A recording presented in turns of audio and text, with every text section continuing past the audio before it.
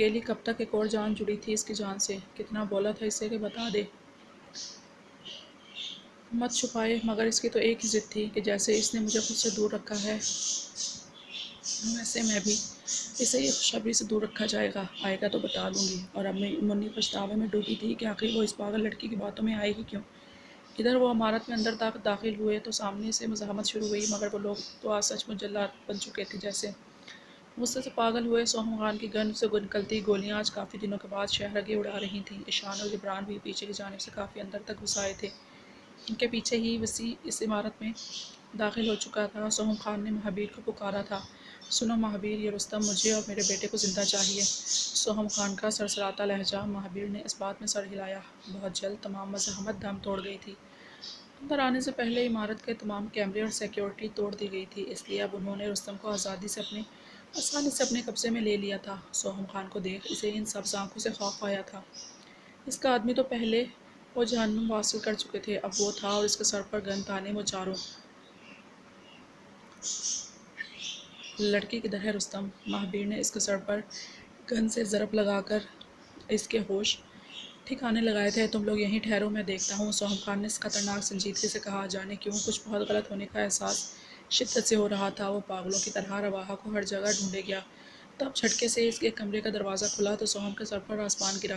جو منظر اس نے دیکھا تھا، اگر اس کا بیٹا دیکھتا تو نہ جانے کیا قیامت لے آتا۔ سامنے ہی وہ بیڈ پر خون میں لت پت لیٹی بالکل سفید پڑ چکی تھی، منہ سے جھاگ نکل رہی تھی۔ یقیناً اس نے ان درندوں کے خوف سے کوئی زہریلی چیز کھا لی تھی، یا زہر انہوں نے دیا تھا۔ سوہم خان اندر داخل ہوا۔ اف بچی، یہ کیا کیا تم نے؟ سوہم خان سر پر ہاتھ مارا۔ بیٹا، میری بچی، اٹھو۔ سوہم خان نے اسے پکارا اور اس کی نبض چیک کی، جو کہ بالکل مدھم پڑ چکی تھی۔ وہ جس بیڈ پر لیٹی تھی اسے شیٹ میں لپیٹ کر سوہم خان نے بیٹے کے جینے کی وجہ کو وہاں سے اٹھایا اور لے کر باہر کی طرف نکلا۔ وسیع بھی تہہ خانے میں ایشان کی مدد سے اپنی بہنوں کو صحیح سلامت بازیاب کرانے میں کامیاب ہو چکا تھا۔ وہ سب وہاں جیسے آئے تھے ویسے ہی نکلے تھے۔ مہابیر اور وسیع رستم کو لے کر مخصوص جگہ جا چکے تھے، جبکہ جیکی، ایشان اور سوہم خان رواحہ کو ہاسپٹل لائے تھے۔ وہ جو اس وقت اپنے فون پر توجہ نہیں دے پایا تھا، رستم کو بلیک روم میں پھینک کر اب توجہ دی تو چونک گیا۔ فجر کی کالز اور وائٹ پیلس سے جانے کس کال کرنے کی کوشش کی تھی اسے۔ اس نے کال بیک کرنی چاہی، مگر فجر نے فون نہیں اٹھایا۔ تب اس نے رہاب کو کال ملائی، جو کہ تیسری بیل پر ریسیو کر لی گئی تھی، مگر فون میں سے فجر کی دلخراش چیخیں اور سسکیاں سن کر اس کے دل کو کچھ ہوا تھا۔ بڑی ماں، کیا ہوا؟ فجر ٹھیک تو ہے نا؟ وہ گاڑی کی جانب لپکا اور وسیع کی جانب کیز اچھال کر اسے ڈرائیونگ کرنے کو کہا۔ ادھر سے بھی گاڑی چلنے کی آواز آ رہی تھی، شاید فجر کو ہاسپٹل لے جایا جا رہا تھا۔ نہیں، فجر کی طبیعت بہت خراب ہے مہابیر، ہم اسے ہاسپٹل لے کر جا رہے ہیں، رہاب نے سنجیدگی سے بتایا اور فون رکھ دیا۔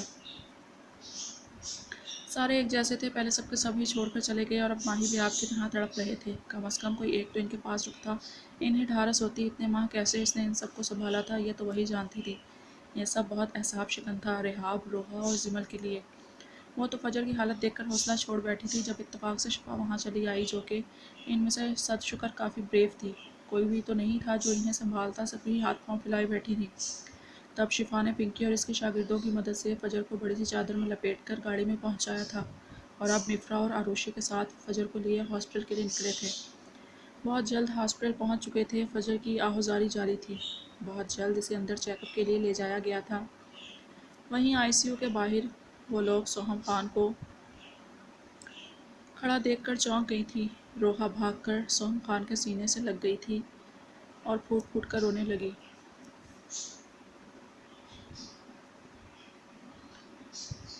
وہ کیسی ہے سوہم خان؟ ہم اپنے آپ کو کبھی معاف نہیں کر پائیں گے۔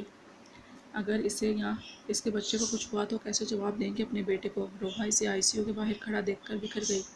کچھ نہیں ہوگا، اس میں تمہارا کوئی قصور نہیں۔ روحا، خاموش ہو جاؤ۔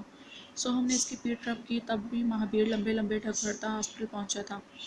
ان سب نے شکایتی نگاہوں سے اسے گھورا، مگر وہ سب کو اگنور کرتا، فون کان سے لگائے ناک کی سیدھ میں جیکے سے بات کرتا اندر چلا گیا تھا، جہاں فجر کو ابتدائی طبی امداد دی جا رہی تھی۔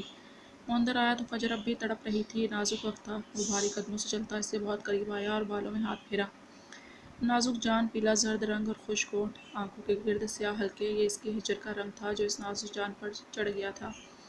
مخصوص مہربان سلیم اپنے بالوں میں محسوس کر وہ جو نڈھال سی آنکھیں بند کر کے اپنا سر تکیے پر پٹک رہی تھی، ذرا سی آنکھیں کھول کر دیکھا تو اس دشمن جاں کو خود پر جھکے پایا، مگر وہ کرب و اذیت سے بے تحاشا روتی اس کی جانب سے چہرہ موڑ گئی تھی۔ آنسو تکیے میں جذب ہوئے۔ مہابیر کا دل جیسے کسی نے پاؤں تلے کچلا تھا۔ فجر، ایسا مت کرو میری جان، مر جاؤں گا میں۔ جھک کر اس کے کان میں سرگوشی کی اور ماتھے پر پرحدت لمس جوڑا۔ مہابیر نے اپنے ہاتھ سے اس کے ماتھے پر آیا پسینہ صاف کیا۔ وہ پھر چیخی۔ مہابیر کا دل بیٹھ گیا۔ سسٹر، ڈاکٹر کو بلائیں۔ وہ دھاڑا۔ نرسز جو اسے ڈرپ وغیرہ لگا رہی تھیں چونک کر اس بندے کو دیکھا جو ڈاکٹر جبران کی وجہ سے، ان کے پرمیشن دینے کی وجہ سے لیبر روم کے اندر چلا آیا تھا۔ آپ پیشنس رکھیں سر، ابھی کچھ وقت اور ہے، ہم ہیں ان کے پاس، ڈاکٹر بھی آ جائیں گی، آپ پلیز کوآپریٹ کریں اور باہر تشریف لے جائیں، سب ٹھیک ہو جائے گا۔ ان میں سے جو سینئر سسٹر تھی نرمی سے کہا تو مہابیر نے ایک بھرپور نگاہ اس پر ڈالی اور بامشکل قدموں سے چلتا باہر آ گیا۔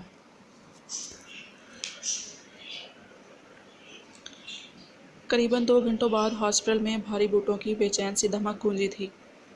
وہ آگ کا شعلہ بنا ہاسپٹل میں داخل ہوا تھا جو یوں لگتا تھا ساری دنیا کو جلا کر بھسم کر دے گا۔ لال انگارہ چہرے اور آنکھیں، انگ انگ سے پھوٹتی بے چینی، ان سب نے اسے دور سے اپنی جانب آتے دیکھا تھا۔ ابھی تک جبران یا عائشہ نے کوئی تسلی بخش بات نہیں بولی تھی، بس نگاہیں چرائے ادھر سے ادھر بھاگتے پھر رہے تھے۔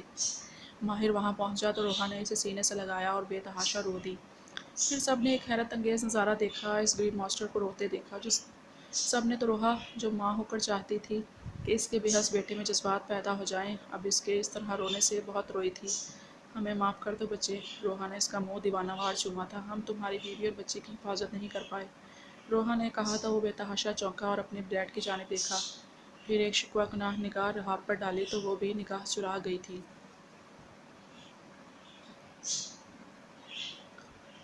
تبھی جبران آئی سی یو سے باہر آیا تھا، جو اپنی نگرانی میں رواحہ کا علاج کروانا چاہتا تھا، اور باہر کھڑے اس شخص کو دیکھ کر ٹھٹک گیا جسے یہ خبر سنانے جا رہا تھا کہ اس کا بچہ دنیا میں آنے سے پہلے ہی ماں کی کوکھ میں مار دیا گیا تھا۔ جبران نے نگاہیں چرائی۔ ماہر سوم خان اس کی جانب بڑھا تھا اور اس کے روبرو کھڑے ہو کر اپنی سبز نگاہیں جبران کی نگاہوں میں گاڑی تھیں۔ جبران، کیا ہوا ہے؟ اس نے نم آنکھیں لیے مگر اس قدر سنجیدگی سے پوچھا کہ جبران کے بھی رونگٹے کھڑے ہوئے تھے۔ زہر پوری باڈی میں پھیل چکا تھا، ہم بیبی کو نہیں بچا پائے۔ یہ بولتے ہی جبران کی زبان تالو سے چپکی تھی۔ ایک سرسری نگاہ اپنی ماما کے پاس کھڑی مفرا پر ڈالی اور وہ اس گرین ماسٹر کو اپنا دم گھٹتا محسوس ہو رہا تھا۔ پیچھے روحا کی آہوں اور سسکیوں میں اضافہ ہوا تھا۔ بھابی بھی ابھی خطرے سے باہر نہیں ہے، یہ کہہ کر جبران رکا نہیں تھا، واپس آئی سی یو میں جا چکا تھا۔ وہ ٹوٹ کر بکھر کر گھٹنوں کے بل ہاسپٹل کے ٹھنڈے فرش پر گرتا چلا گیا تھا۔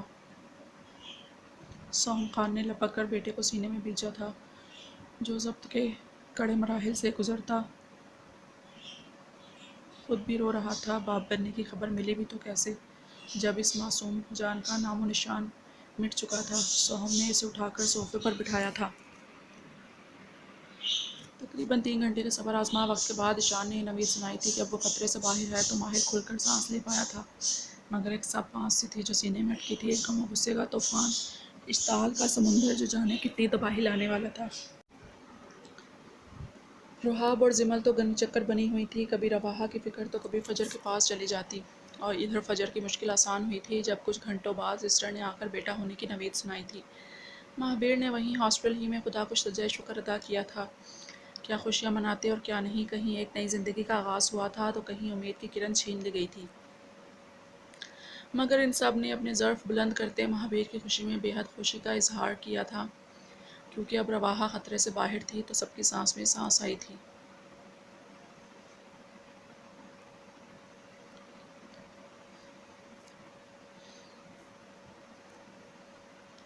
کچھ دیر بعد ہی فجر کو روم میں شفٹ کر دیا گیا تھا۔ سب سے پہلے جبران نے ملاقات کرنے کی اجازت دی تو وہی دھیمے قدموں سے چلتا اندر روم میں اس کا سرہانے آ کر بیٹھا تھا۔ وہ نیم جان سے سکون سے آنکھیں موندے لیٹی تھی، مگر اپنے ماتھے پر سلگتا لمس محسوس کر کے دھیرے سے آنکھیں کھولیں۔